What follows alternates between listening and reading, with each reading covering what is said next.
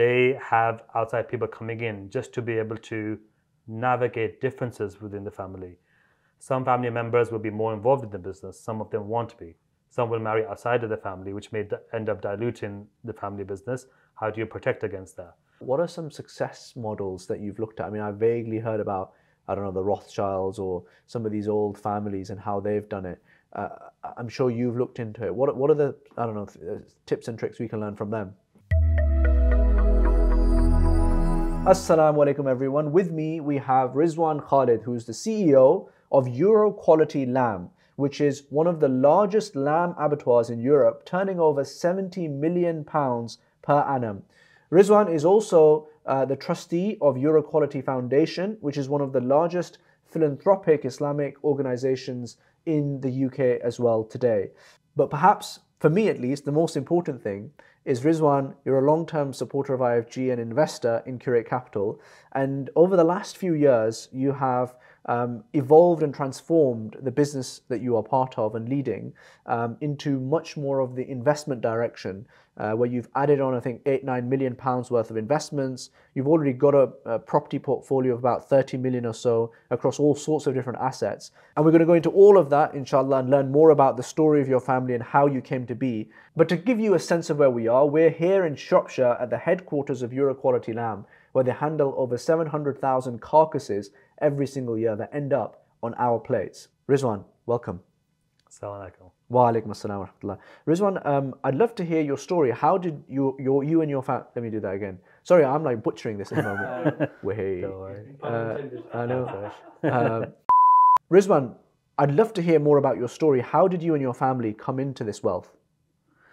First of all, welcome Ibrahim to you and the team, and thanks for coming. I know when you get out of the London bubble, it seems like a different place. But yeah, no, just for everyone's benefit, we're here in Shropshire Hills.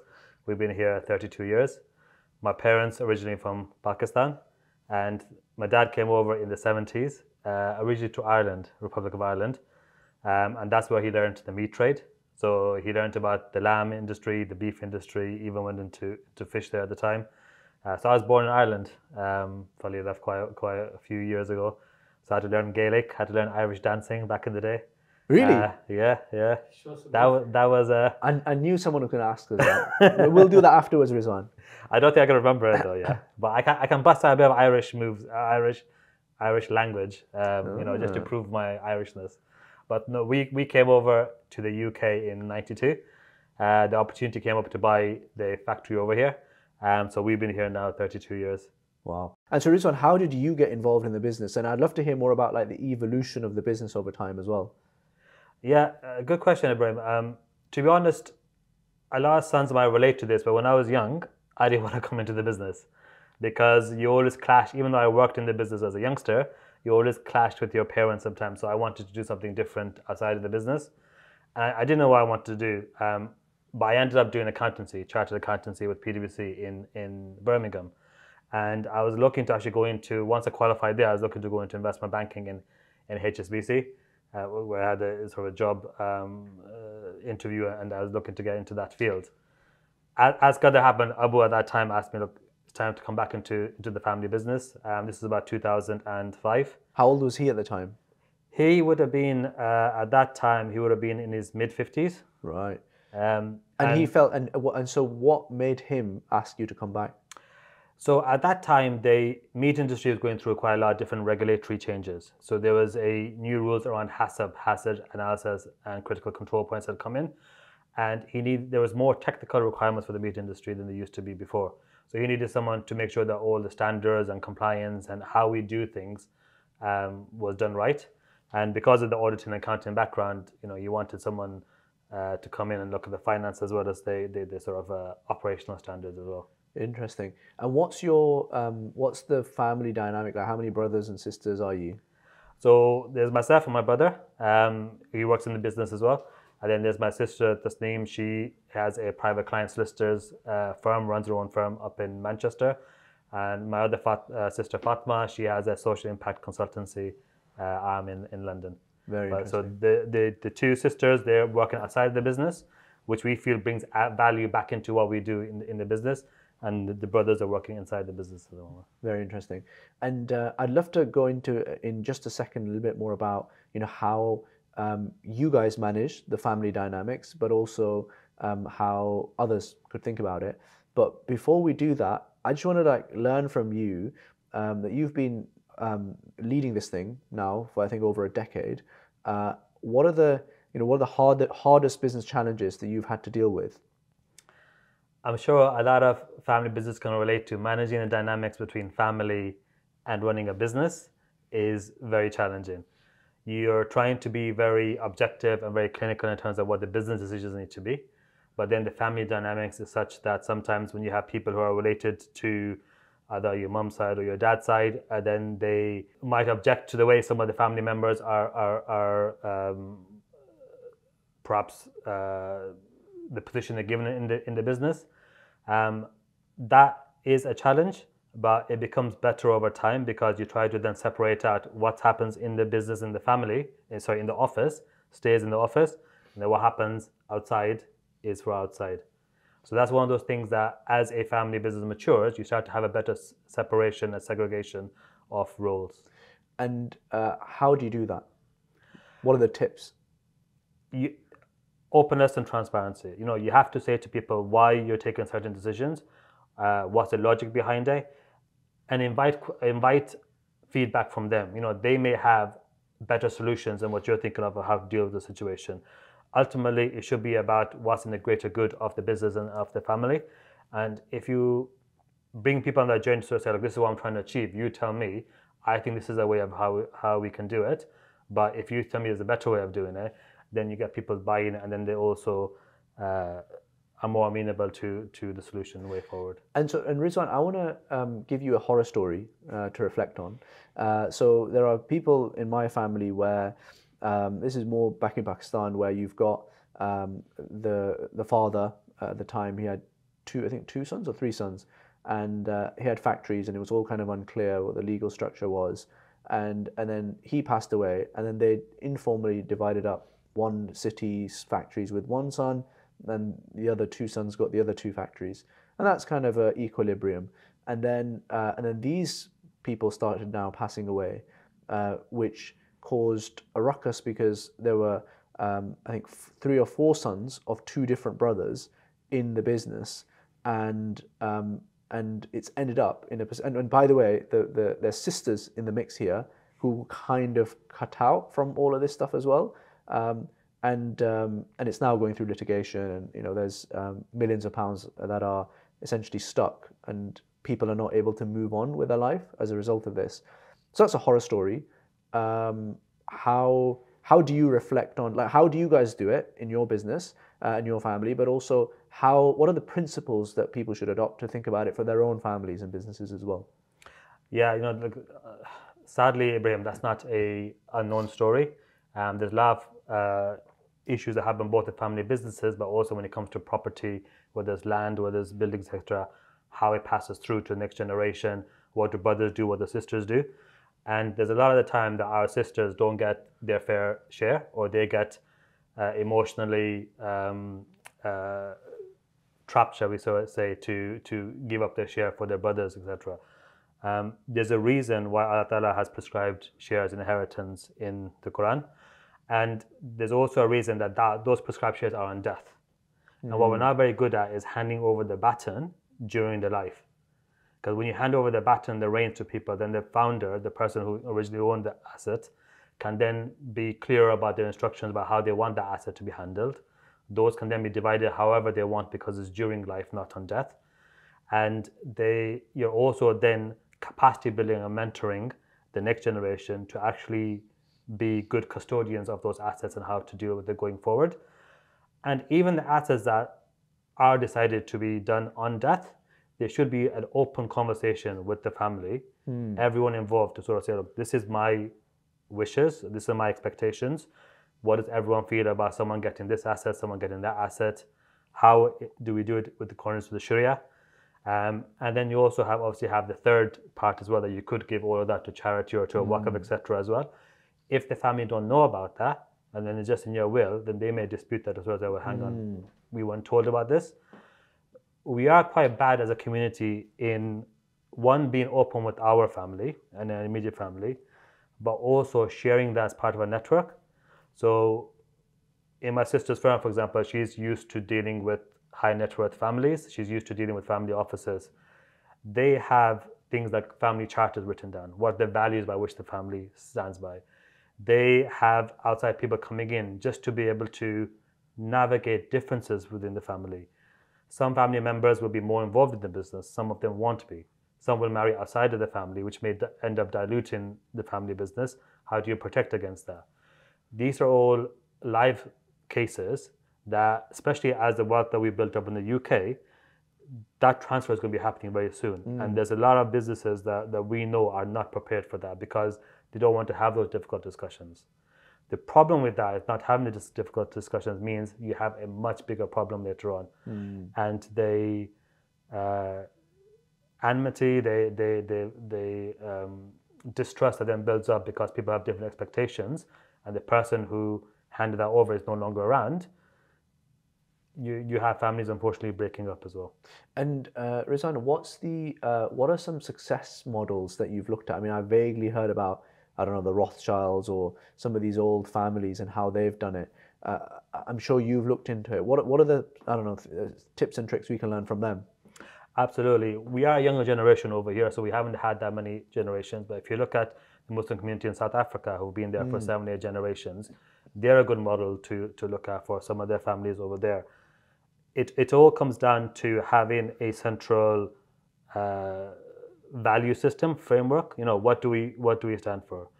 In our family, it's about, you know, hard work, ihsan, and Islam. They're the sort of fundamental values that underpin all the things. Excellence, be whatever profession you're in, be the best at it. Hard work, because even if you're not very good academically, etc., with hard work you can be successful. And Islam, because that underpins everything that we do. So that then percolates through all the different parts of our business, our philanthropy, our relationships, etc.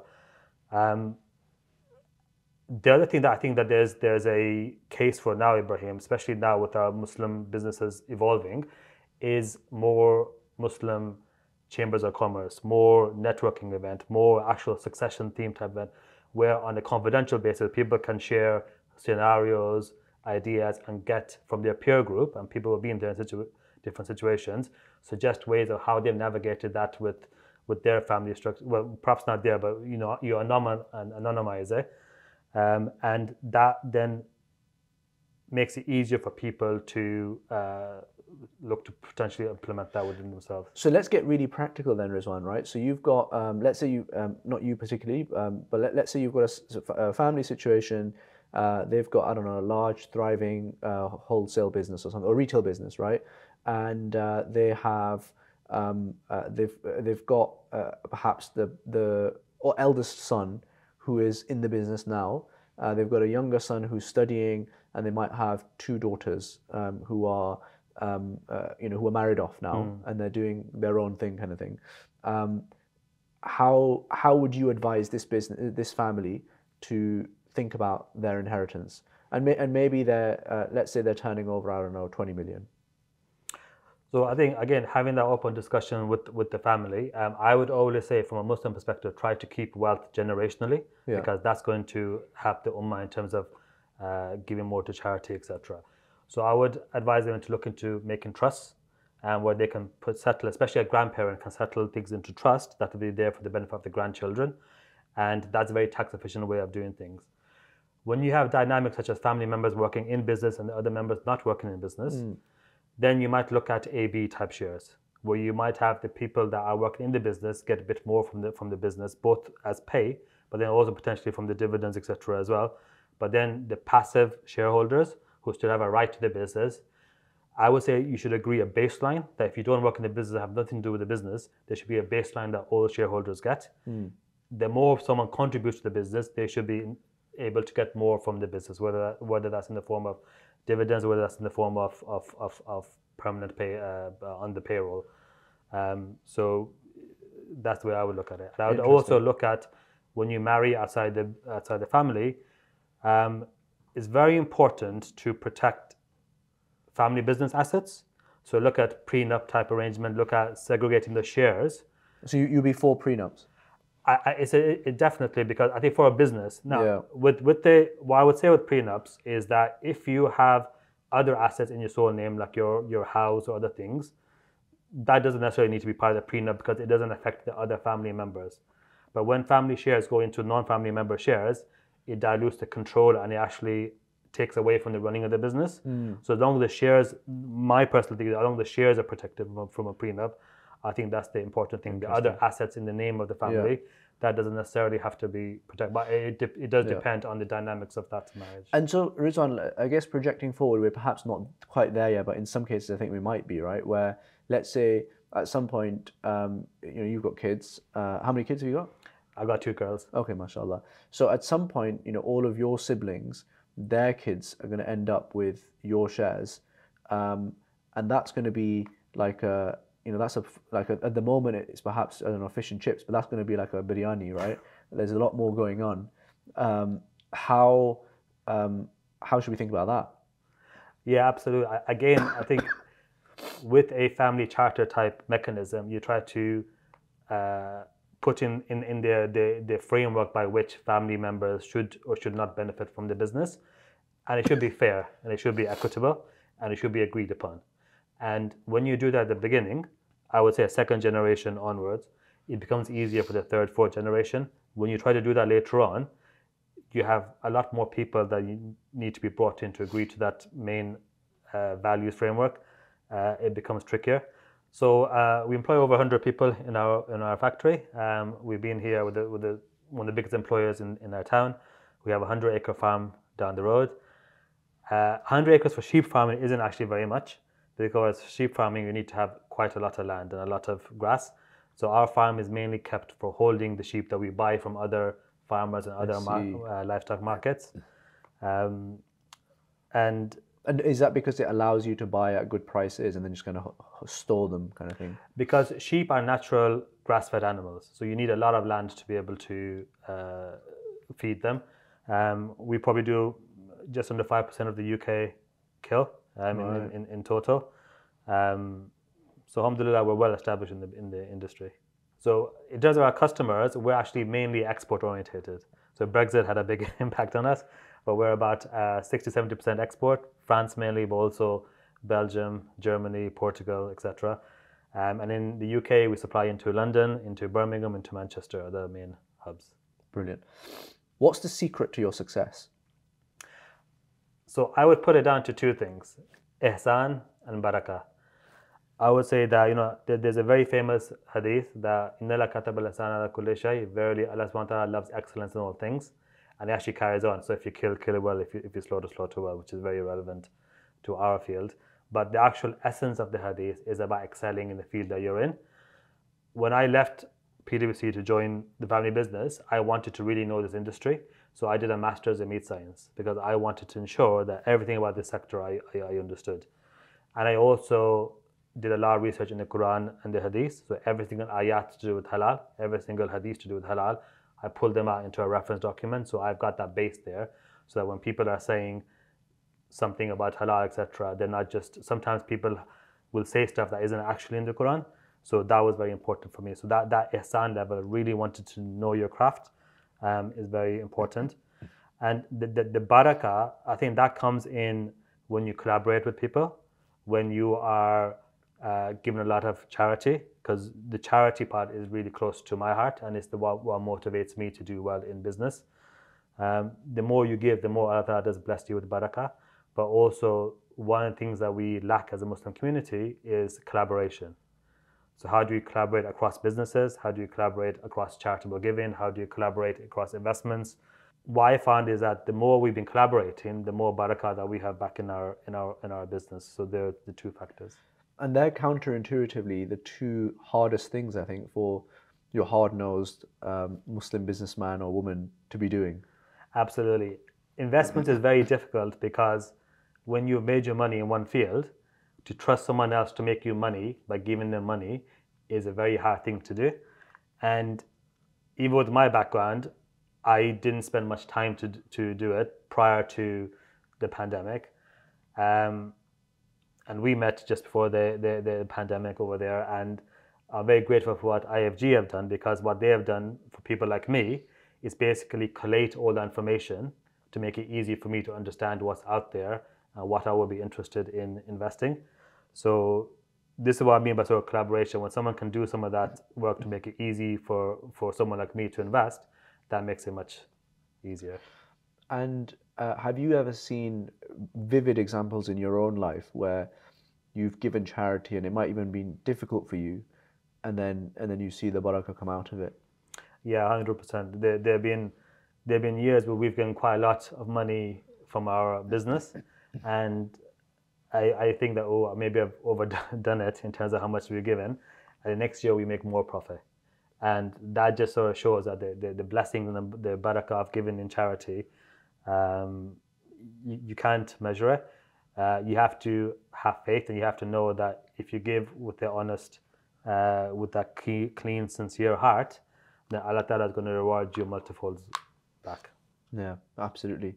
Rizwan, I wanted to get back into the intergenerational handover discussion we were having, and thinking about the younger offspring coming. There's a saying, right, where they say that hard times create hard men who create good times, and good times create weak men who create hard times, and the whole thing kind of repeats itself. And you sometimes see that in generations. You don't always see it, but sometimes where the father is this kind of stellar figure, and then the sons are, or the daughters are just kind of vapid, not really anything about them. Yeah. Exactly. Yeah. And then they just kind of fritter it away. How do we not do that?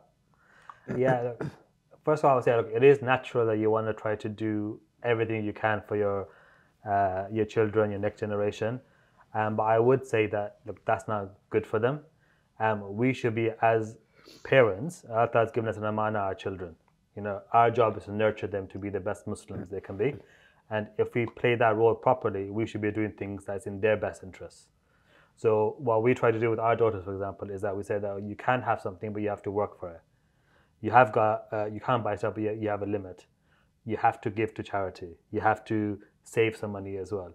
So we try to instill these values as they're growing up to ensure that they don't feel that they can get whatever they want, whenever they want. So if life is too easy for these kids, then what happens? So these days, the kids now, they have this the instant gratification. So what that means is that they don't have any patience, they don't have any resilience to persevere if things go hard, because when they're not in your bubble, when they're out there taking an exam, when they're out there with their colleagues, etc., they won't know how to navigate those situations as well. I think it's so hard though, isn't it? Because let's say you're from a affluent background, and naturally then you might send your kids to, let's say, private school, and they've got a nice car, or naturally they've got a nice house. What do you have to almost manufacture hardship? How do you achieve that? I think you do to an extent.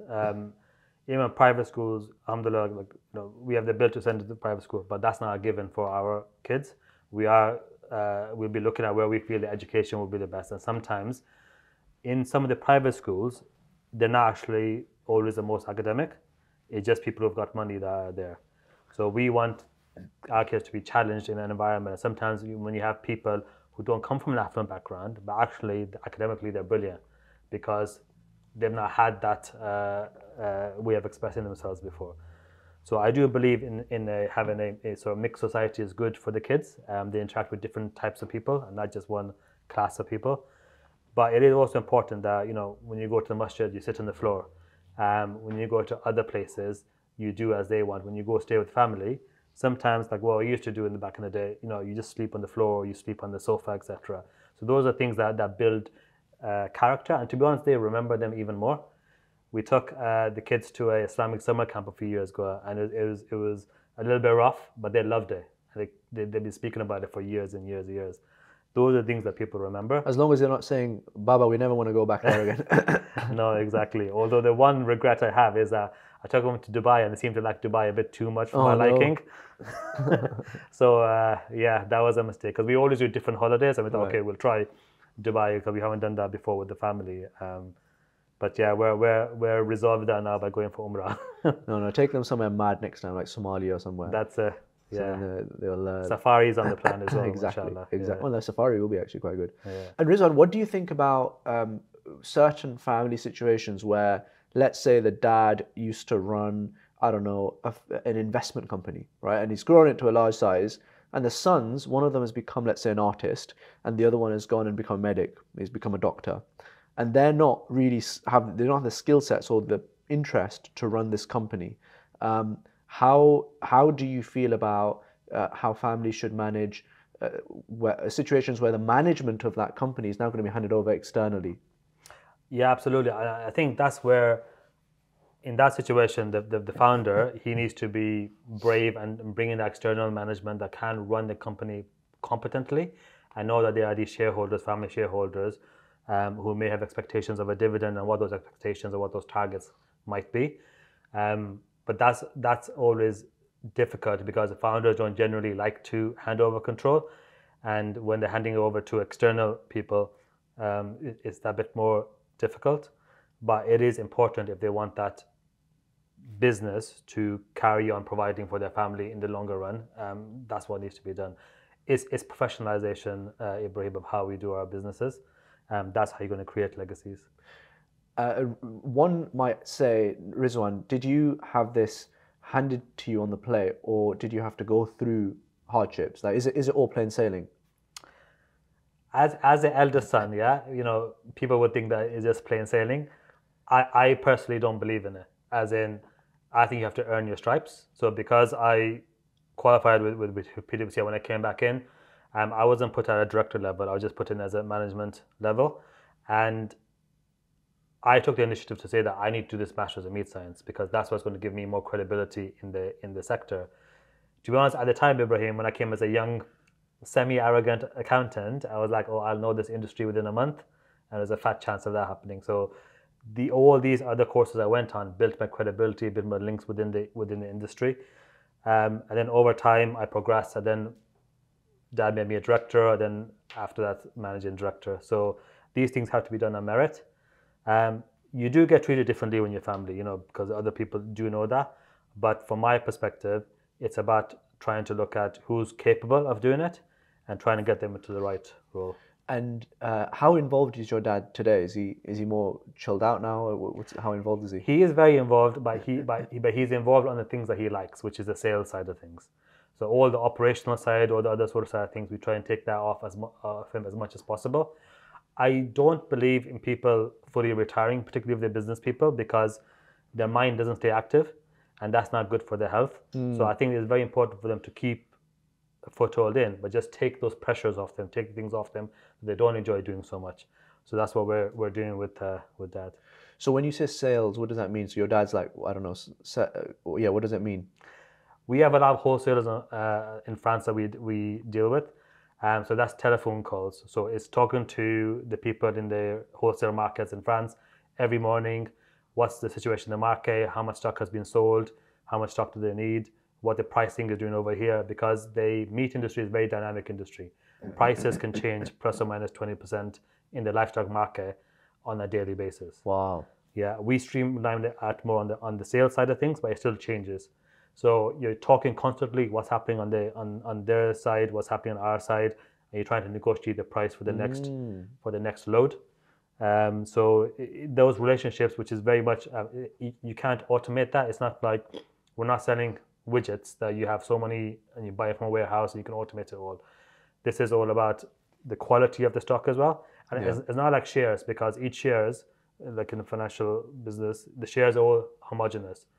The lambs, depending on the time of the year, you have spring lambs, you have hoggets, you have sheep, you have different breeds, you have different sizes, different ages. Yeah, so when we have bad weather, like the beast from the east years ago, you have a huge hit on the lambing season, which means less lambs are out there in the market later on. If we had a very hot summer, the grass will burn more, so the lambs don't put on as much meat when we sell them. So all these quality issues come into play as well. And is there insurance that's involved in the industry as well? And what about, like, I don't know, this is getting a bit techie, but like futures and forwards and those kind of transactions? Not in the UK. There is in the US. In the US, they have a feedlot system, which is where they have tens and hundreds of thousands of cattle in one feedlot, and they're feeding them all grain. In the UK, we have a grass-based system. But in the US, because of the feedlots, they do have cattle futures market, but they don't have that over here. Right, interesting. Do you think there's space for it? I don't think we're big enough here in the UK. Interesting. Because I just heard the 20% volatility, and I'm thinking there is money to be made there. Yeah. And also from a zakat perspective, if you have a flock of 100 sheep, there's only 1% zakat as opposed to 2.5% zakat. So of course. there might be a zakat efficient investment model there. Oh, as well, that's fascinating, isn't it? Because because I was talking to Sheikh Suhail Hanif earlier this week, and he was talking to us about zakat on camels, and my eyes glazed over and it nearly fell off my chair. But this is a completely different world, isn't it? When it comes to this. So you must be like an expert in that area of zakat now.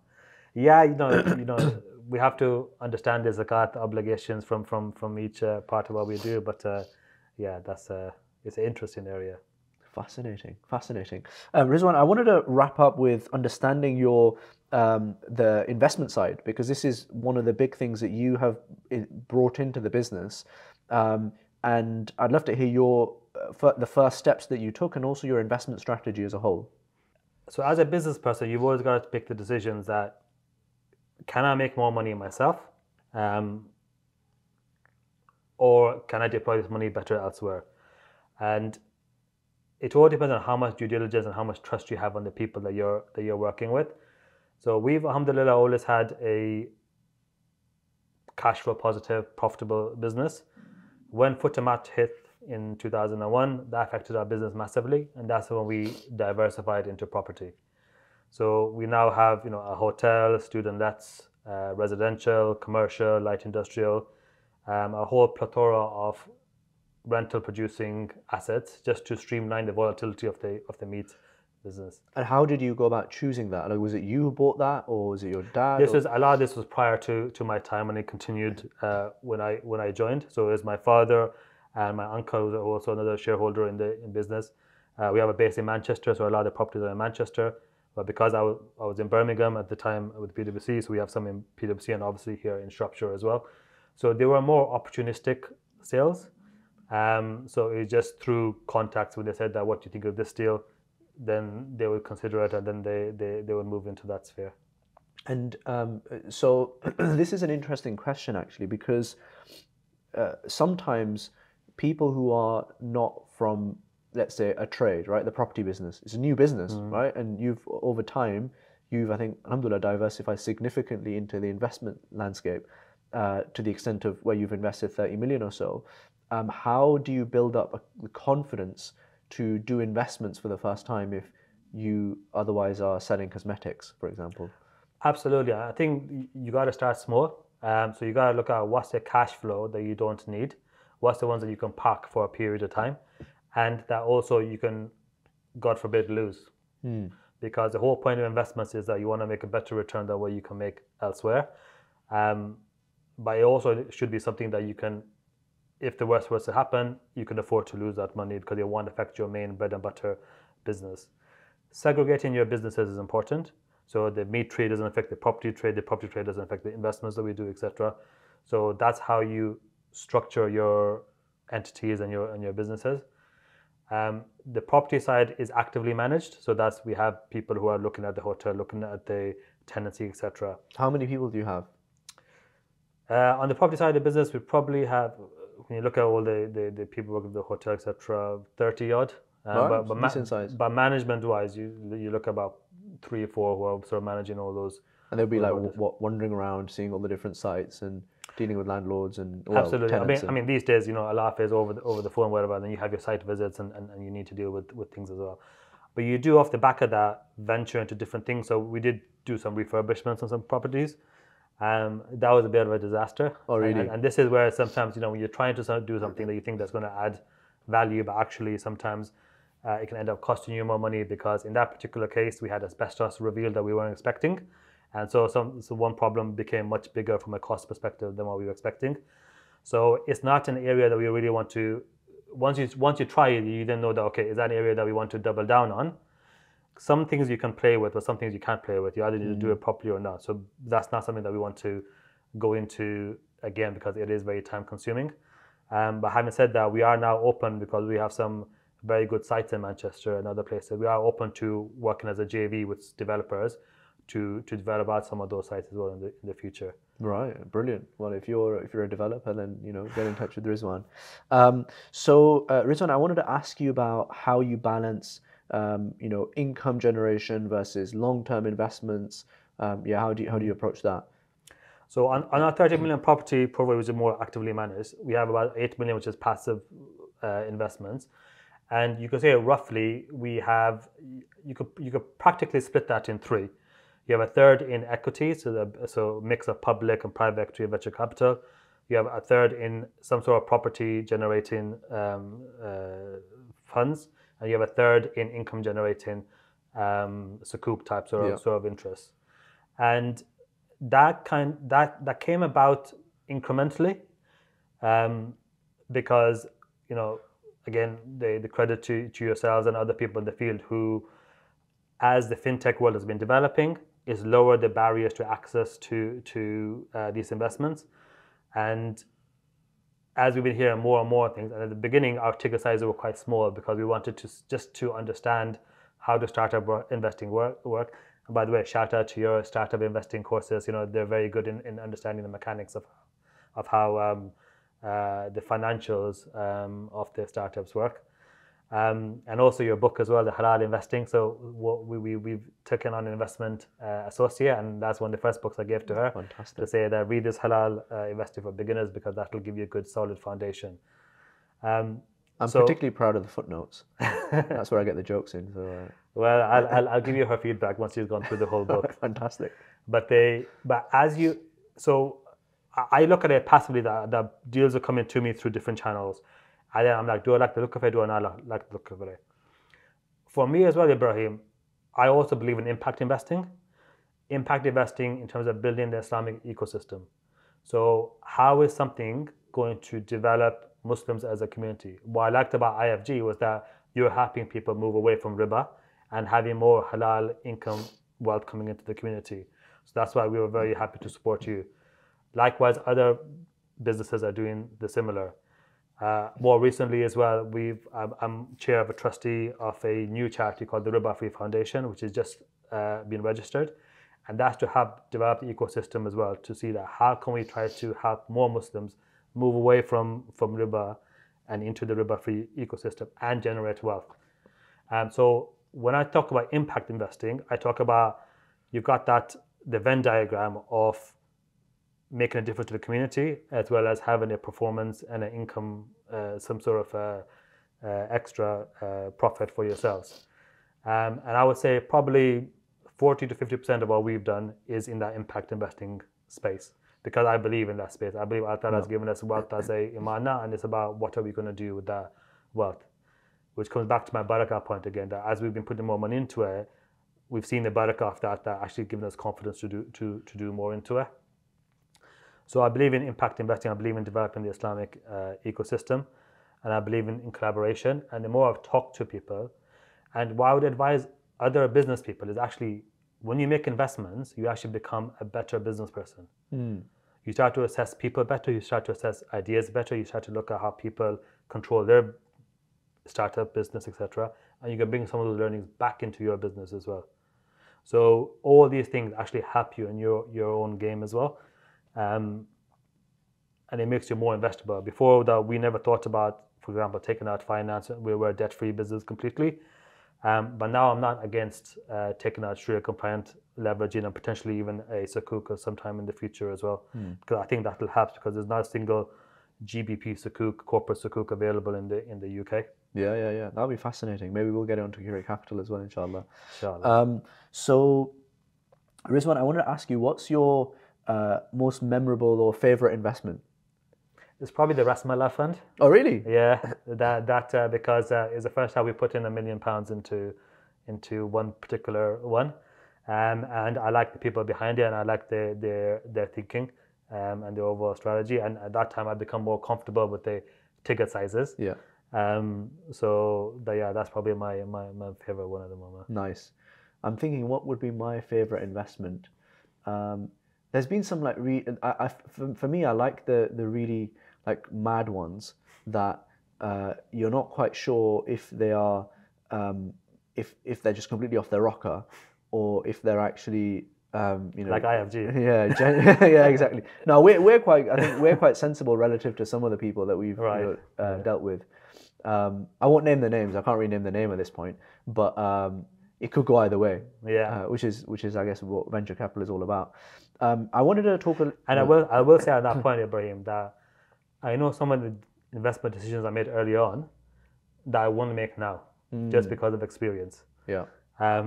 You do get better at it as you do more of it, and what I found is that a lot of this is about the people that you're investing in. The Yeah. idea is very important because the product market fit has to be there, but a good person can pivot their idea in the right markets. Whereas even if you had an okay person but a good idea, they won't necessarily execute or pivot the idea well enough. So that's definitely one thing that I've learned in that journey. Yeah, I think I completely echo that. I think we were lucky in that we were kind of onto it from the start because of good mentors. But you realize that you get swayed every so often, and in retrospect, you realize that actually it comes down to the person. And we recently invested, not recently, but sometime last year, or the year before, we invested in a number of our friends' companies, but like Hussein from Onfido and Ayman and people like that who've proven themselves and created very large businesses. And as I said to the IC, that even if these guys were setting up a fish and chip shop, I would invest in it because they just figure it out. They will. And alhamdulillah, now you think, okay, we've watched, let's say, Hussein's recent startup. It's pivoted a bunch of times, and each time he comes at it afresh, and he's like, he'll pitch us as guinea pigs to try it out. But in the recent latest updates, it's working, right? And and the numbers are great. And yeah, I think it really is, as you said, comes down to the person. You just back the people. What would your advice be for the Muslim community who are looking to invest? Starting off first time, then getting into it fully, being an experienced investor. Obviously, there are people. Get started. You have to be confident, or not confident. You have to be comfortable about losing money, and just only invest what you can afford to lose. But get started. I cannot stress more enough how important it is to get started, especially when you're saving for your children. Because when you get comfortable with that, you'll be able to train your children. They'll become better investors than you will be earlier on in their lives, and that will uplift the whole ummah. On the topic of kids, it's not so much a question, but an anecdote. I was telling Kabzi this earlier. My son Suleiman, he was looking shifty on the way home one day, and he had some coins. It was very odd because he doesn't know how to even count yet, or he doesn't know how to use the coins. And apparently someone from school, some kid had given it to him. But then something was up, so I dug a bit further. And it turns out what he's been doing is he's been taking toys from home and selling them in the school. That's brilliant. I know. That's brilliant. But he's been selling them without even knowing what coins he's getting back. So I said, look, I rate it, but you just try, let me know what transactions you're making so I can approve it. So yeah, I thought I'd chuck that in there. Yeah, we had a similar experience in Turkey when we took the kids, and then we gave them some, because we were trying to get them to understand value, so we gave them some Turkish lira. And my daughter was just given any note to anyone for anything, yeah. So I can relate to that. Rizwan, I wanted to wrap up with what I think is actually something we seem to talk about a lot when we're speaking about strategic philanthropy and the collaboration that's important around that. I'm really excited because I feel like the Muslim philanthropic scene is evolving over time, and people like yourselves are doing very important things that are just kind of pushing the charity sector in a certain direction as well, which I think is brilliant. But I'd love to get your sense on how you do your philanthropy. Yeah, I mean, look, we set up our foundation in 2007, so literally a year and less than 2 years before I came back in the business. That was always very important to me. And from day one, it was always that we don't want to open up a restaurant, not restaurant. We don't want to open up a hospital. We don't want to open up a school. We want to actually support multiple charities to try to select those who are good at what they do. We try, inshallah, be good at generating the money, and we try to give it to those who are good at executing and supporting those in need. And that's how we started off. And we only opened up Islamic bank accounts from the very beginning. And over the time, similar to the investment journey, you become better at asking harder questions to charities, because the biggest problem that we have, Ibrahim, is that we're very emotional givers. Now, you don't want to devoid your emotions completely, but we should be given as a community to what the ummah needs and not what makes us feel better. And this is the point, because it's easy to give when you see an earthquake happening, or when you see an orphan or a widow, etc. And they have a right to money, no doubt. But we should be profiling our philanthropy, our donations, in a way that we have this is the way that we do it. We have a proactive pot, we have a reactive pot, and we have an ibadah pot. So it's roughly for us 45, 45, 10. So you're looking at proactive things, which is education, livelihoods, social things that help people to help themselves. Yeah.